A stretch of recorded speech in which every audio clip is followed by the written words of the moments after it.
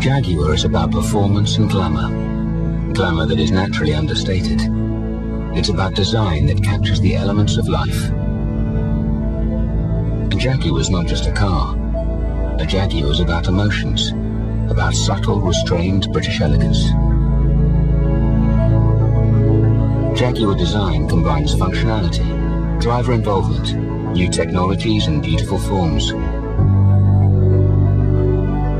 It's about beautiful, fast cars.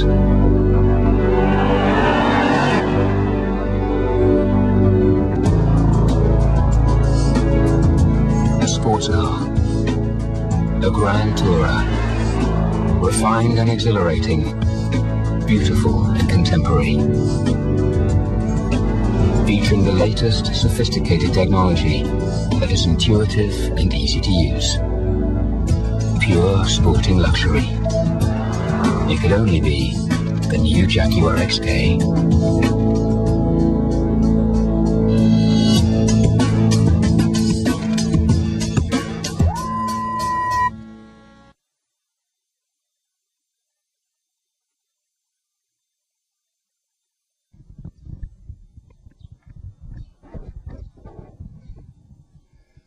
This is Roosevelt Gifts with Auto Network, and we're here in beautiful Los Cabos, Mexico with Jaguar, and my guest on the show is Russ Varney, the Chief Engineer for the new XK. Russ, thanks for taking the time. Pleasure. Good afternoon to you. Tell me a little bit about this aluminum body on the XK, and I really want to get into safety aspects and repair. Okay. It is an all aluminum body.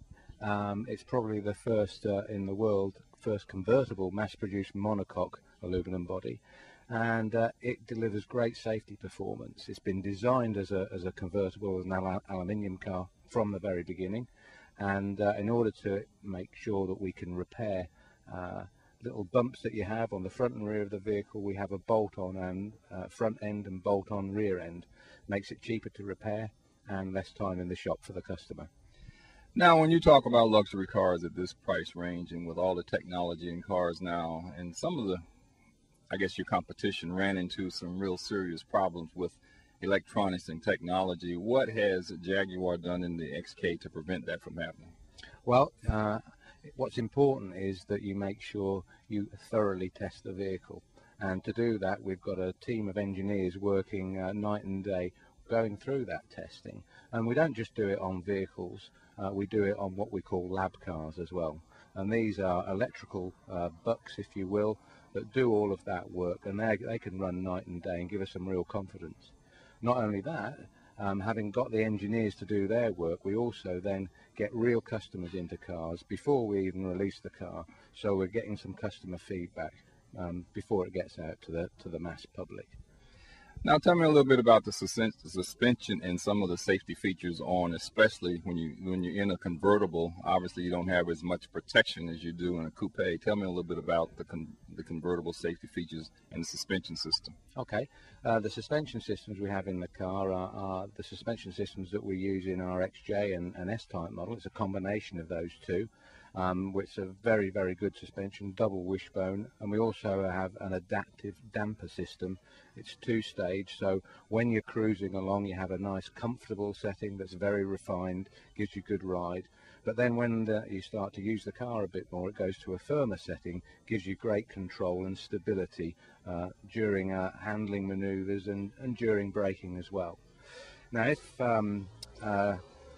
in the unfortunate event that somebody should roll a car over, we've got a gyroscope in the car that detects when the car is about to tip over. And in the back we've got two hoops that deploy in the event of that rollover and protects the passengers, even though it's a convertible. And indeed, we've pioneered a technology to be able to break through the glass on the convertible rear screen, which gives us maximum height of protection to the occupants. Now, you mentioned to me just a few minutes ago about the driver's seating placement in the car. I hadn't thought about that. I guess you spend a lot of time in engineering to make sure that you sit in the proper position. How important is that? Well, it's Obviously, weight distribution is very important to any car to get a good balance in a car, and this car's perfectly distributed, really, about 51% weight distribution on the front. But also, just from an appearance point of view, the proportions of the car need to show that you're sitting in the right place. It looks silly if you're in a car and you're sitting right up front or you're sitting too far behind. Not only does it look silly, but when you're in the car, placing the car on the road, just parking it, if you're in the right place, you can spot all the corners and really make the car feel like a glove around you rather than some cumbersome sort of thing you're trying to move around. Now, this is a 2+2, and two of us won't fit in that back seat. Why did you go with the 2+2? Well, there's probably three major reasons. The three reasons are, one is that people tend to use this car more than they intended when they first bought it. They buy it as a reward to themselves and use it on special occasions, but because they like using the car so much, they use it on an everyday basis. We find that a lot of drivers, particularly female owners, take their children to school because they love driving the car and they can get the children in the back. Secondly, we've found that the customers prefer an upholstered appearance to the rear of the car rather than just a stowage area. And thirdly, and probably for the US market more than anywhere else, the customers see that it's an emergency seat in the event of whatever to get them home. If you've got a 2+2, you simply can't get 4 people in the car. With a 2+2, it might be a tight fit, but you can get 4 people in. And what excites Russ about driving either the coupe or especially the new convertible? Oh, well, they both excite me. I mean, I guess it's the feeling of being inside that car, wearing that car, and it's a beautiful looking car. But it's also a very, very fast car. So anytime you drive the car, it just encourages you to want to drive it more and more and more and be with the car. It's just great fun to drive. Great. Russ, thanks for taking the time. Pleasure. Thank you very much.